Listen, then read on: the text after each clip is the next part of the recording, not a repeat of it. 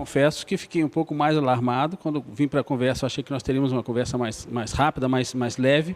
Eu não sei você, o que está pensando sobre isso. É um tema bastante intrigante sobre quais são as ações que o governo está tomando, quais são as ações que o município está tomando, mas você também tem que tomar suas precauções com relação à higiene, com relação a deixar os calçados antes de entrar em casa, com relação a trocar de roupa, tentar deixar um pouco mais esse isolamento melhor. Como é que a gente faz do ponto de vista de professor?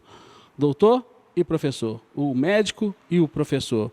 Como é que se trabalha isso junto com a sala de aula? Que exemplos a gente pode ter do Covid para poder ensinar os alunos a pensar de forma diferente, a pensar proativamente sobre como cuidar de uma doença infecto-contagiosa?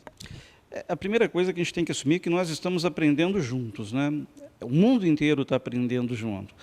Uma grande diferença dessa pandemia para as anteriores é que a velocidade com que a informação vem chegando às pessoas é completamente diferente. É muito mais rápida a informação que chega a nós, profissionais, e que chega aos alunos e que a gente pode trocar com eles e compartilhar com eles. Então, a gente está vivendo um momento diferente, onde a velocidade do conhecimento ela está muito maior do que nunca. Consequentemente, a gente consegue ter informações quase que imediatas do que vem acontecendo, do que vem se pesquisando. Os alunos estão podendo passar por esse processo e o que a gente acredita é que essa geração que está vivenciando isso, ela vai ter uma outra visão da profissão, uma outra visão da missão que a gente tem, vão ter uma outra visão das doenças infecto-contagiosas, porque várias gerações a gente vem passando de forma, digamos, eu não diria superficial, mas sem um impacto tão dramático no nosso cotidiano e na nossa atividade profissional. Quando você tem isso acontecendo, isso impacta todo mundo, impacta todas as pessoas sem exceção. E aí isso abre a oportunidade de diálogo com os alunos e de diálogo, inclusive, sobre esses detalhes de percepção de doença grave, de percepção de dados que vão direcionar a valorização dos dados epidemiológicos, que é uma coisa que às vezes os alunos passam em superfície deles. Isso traz para a realidade uma série de coisas que algumas já vinham sendo discutidas, mas cujo, digamos, a validação ela não era do jeito que está sendo agora. Então, a gente vê que esses alunos, a gente preferia não estar passando por isso, obviamente, isso aí não é uma coisa que ninguém vai escolher, mas esses alunos, eles estão tendo a oportunidade, no processo de formação deles, de ver uma realidade da questão de saúde que não se tinha antes. A preocupação também com a capacidade de acolhimento, né, porque a gente sempre vem falando que o serviço de saúde ele precisa melhorar, que ele precisa ter mais reservas, que precisam ter mais leitos. A gente já vinha com esse diálogo, mas isso nunca foi tão impactante. Então, isso está mostrando para toda essa geração, para os gestores, para os alunos que vão ser gestores, a necessidade que não era tão evidente de trabalhar com reserva, de trabalhar com folga, de não trabalhar a saúde ali sempre batendo no teto, batendo no limite. A necessidade de você ter como acolher, como trabalhar além daquilo que você trabalha regularmente. Então, isso está sendo um aprendizado muito grande para todos, isso está mudando a forma de se ver a medicina que é praticada em todo o mundo. Você está tendo exemplos de países onde as coisas estão muito mais controladas, que são países que exatamente têm essa cultura, essa coisa de já trabalhar com uma certa folga, outros países que trabalham na conta ali, passando muita dificuldade. Então, isso está fazendo o quê? Fazendo com que a gente repense, né? Que a gente repense como é que a gente vai estruturar nosso serviço de saúde, tanto público quanto privado, que a gente repense a disponibilidade de leitos de terapia intensiva, que a gente repense a disponibilidade de aparelhos de respiração artificial, que a gente repense toda essa estrutura que a gente estava bastante, digamos, eu diria, acomodado com o que a gente tinha, e a gente está recebendo aí uma pernada, né? uma rasteira aí da realidade, aquele bichinho microscópico lá, ele está colocando o mundo de joelho, sabe? E você tem que ficar de joelho mesmo. não é uma boa ideia empinar o nariz e enfrentar esse bichinho de peito aberto achando que ele é um nada, não. A gente tinha realmente, a gente conversou com os alunos, né? A gente até mudou o direcionamento, a gente falou do resfriado comum, que o Covid pode dar inclusive sintomas, a gripe influenza, que é a gripe clássica, que era uma gripe realmente grave, com mortalidade, e aí chegou o novo coronavírus numa área meio de limbo, e com a gente vendo que ele pode dar realmente aqueles quadros leves de resfriados, mas ele produz um quadro grave, e um quadro grave diferente do influenza, e um quadro grave que impacta de forma distinta. Essa fibrose pós-viral, eu nunca vi uma fibrose tão marcada assim depois de um paciente ter doença pela influenza. Então, é um vírus que realmente ele vem surpreendendo e surpreendendo negativamente, porque ele se espalha muito fácil, ele se dissemina muito rapidamente.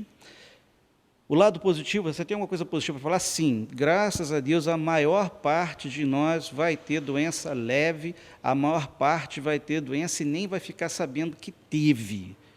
Então, realmente, a grande maior parte vai passar batido, vai ser mesmo a tal só da gripezinha mesmo, vai ser uma doença leve, a grande maioria, tudo indica, vai ter esse tipo de expressão. Mas, o número de pacientes com doença grave, o número de pacientes com doença que precisa de internação hospitalar, o número de pacientes que morrem, ele está longe de ser um número desprezível. E não é algo que a gente possa assim, colocar como uma coisa secundária, não. Realmente, o impacto que a gente tem visto, ele é grande. Então, a pessoa realmente tem que ficar em casa, tem que lavar a sua mão, tem que ter os seus cuidados na hora que voltar para casa. As questões de proteções adicionais, de cuidados adicionais têm que ser mantidas. As situações aí que você tem de aglomeração, você está com saudade do seu futebol, tudo bem, mas não dá. O Japão não ia adiar a Olimpíada por um ano só por brincadeira, né? E talvez assim a coisa que a gente está mais sentindo falta no Brasil, que é o que a gente gostaria mais de ver esse cenário se modificar um pouco mais rapidamente, é a questão da testagem, né? Porque se a gente conseguisse testar as pessoas em maior escala, a gente teria mais clareza dos números, a gente teria mais clareza da disseminação da doença, a gente teria também dados de pessoas que já provavelmente desenvolveram resposta imunológica e já têm uma situação com maior liberdade de circulação em relação a pessoas que não tiveram contato com o vírus, então isso poderia realmente ajudar. A preocupação maior que a gente tem é que o Brasil é um país heterogêneo, então é um país que você tem, né, a tal da dimensão continental, com estados completamente diferentes em relação a clima, em relação à densidade populacional. No mesmo estado você tem cidades totalmente distintas, aquela cidadezinha do interior, pacata, toda aberta ali, e as grandes cidades. Numa grande cidade você tem também essa heterogeneidade, em que você vai ter situações de densidade populacional muito diversificadas.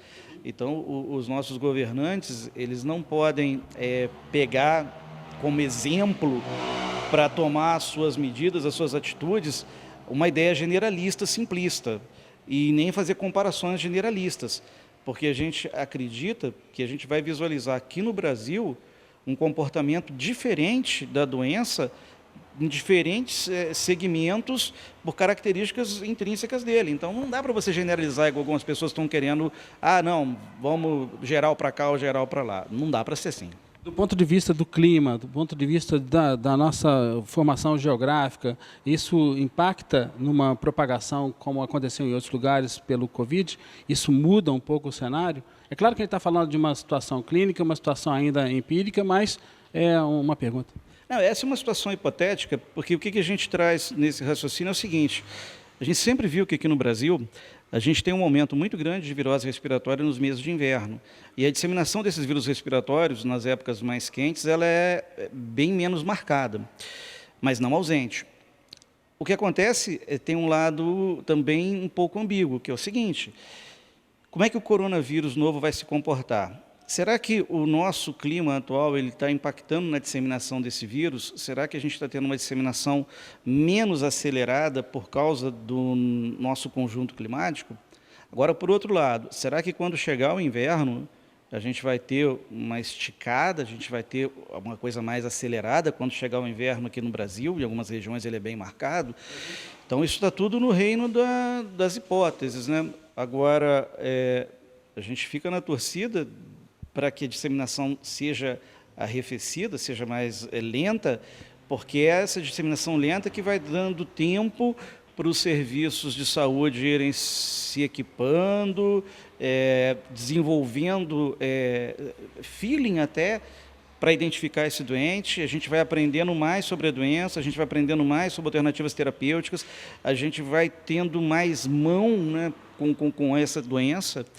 Então, é muito importante, muito mais do que as pessoas talvez estejam imaginando, que o surgimento dessa situação aqui não seja veloz, não seja algo acelerado.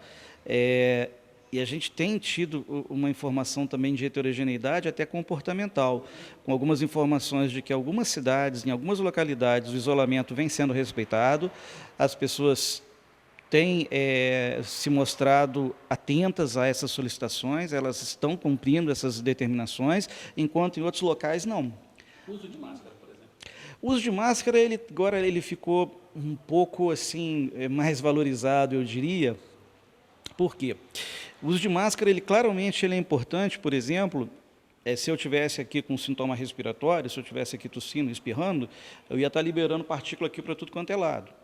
Então, se eu estivesse com uma máscara, a máscara ia segurar essas partículas e eu ia estar protegendo você, protegendo ele, protegendo quem está ali. Então, a máscara ela é, indubitavelmente, muito importante na presença de manifestações respiratórias que, né, assim... Para quem não tem... e você falando e tal, as gotículas são limitadas. Agora, quando você tosse, você espirra, muito mais à distância. Então, isso é algo indiscutível. Agora, por outro lado, a gente tem, ou tinha a noção, de que a máscara, para quem não é sintomático, ela não tem tanta efetividade, até porque a pessoa bota a mão aqui para ajustar a máscara, bota a mão dali e tal, acerta daqui, e aí encostou a mão ali, botou a mão aqui, se contaminou.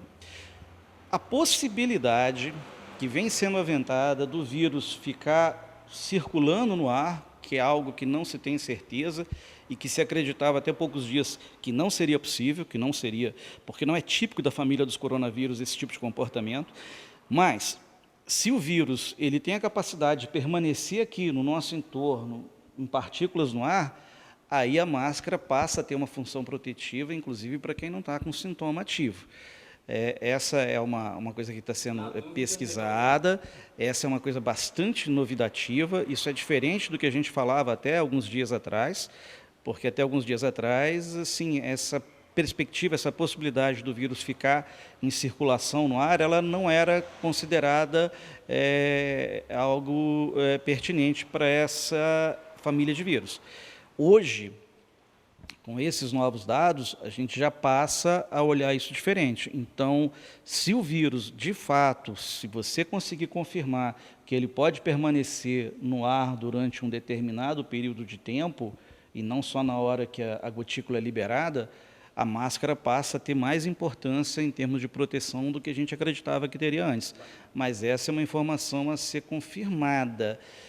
Mas é claro que a partir disso, a gente é obrigado a mudar o nosso discurso e a sinalizar que esse uso de máscara, ele talvez tenha uma efetividade protetora maior do que a gente imaginava anteriormente. Talvez.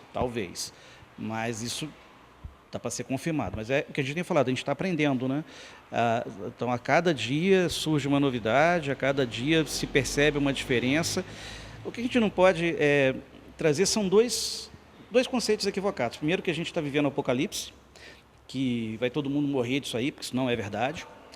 É importante que as pessoas saibam que elas vão acabar desenvolvendo isso aí mais cedo ou mais tarde, isso aí vai chegar nas pessoas. Então, assim, de fato, a doença, o índice de pessoas que têm manifestação branda é muito maior, ainda bem.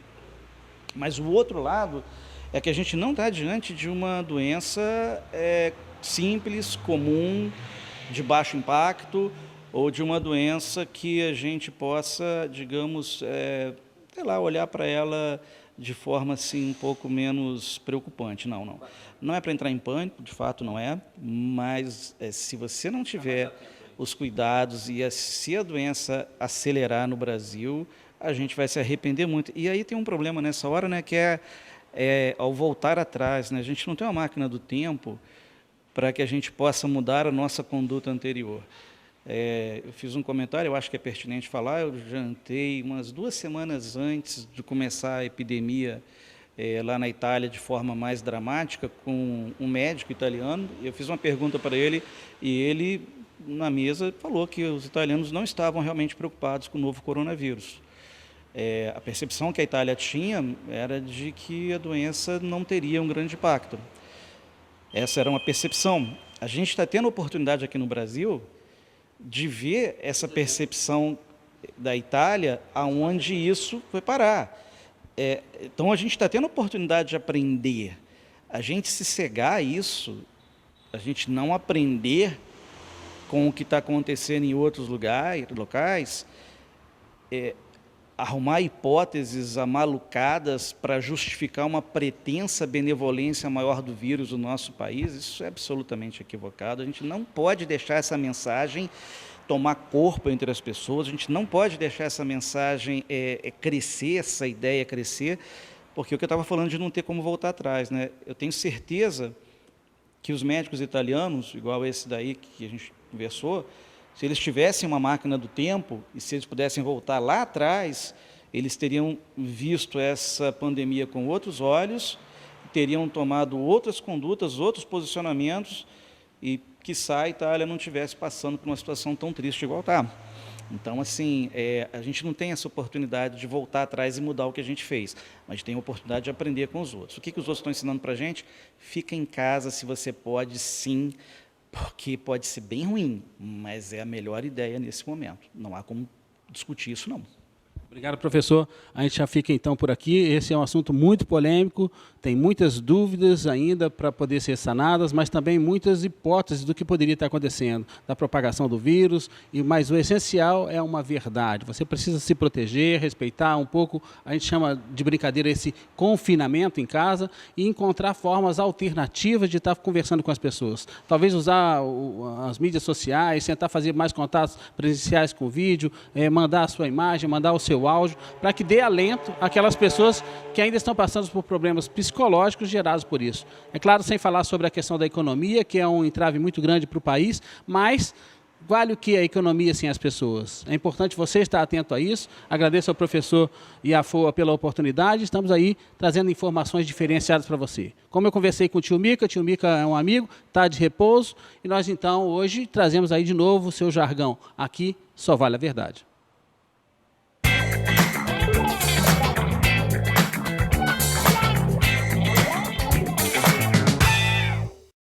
Suas aulas no Unifoa serão realizadas por um tempo na segurança da sua casa. Está preparado para embarcar nesta junto com a gente?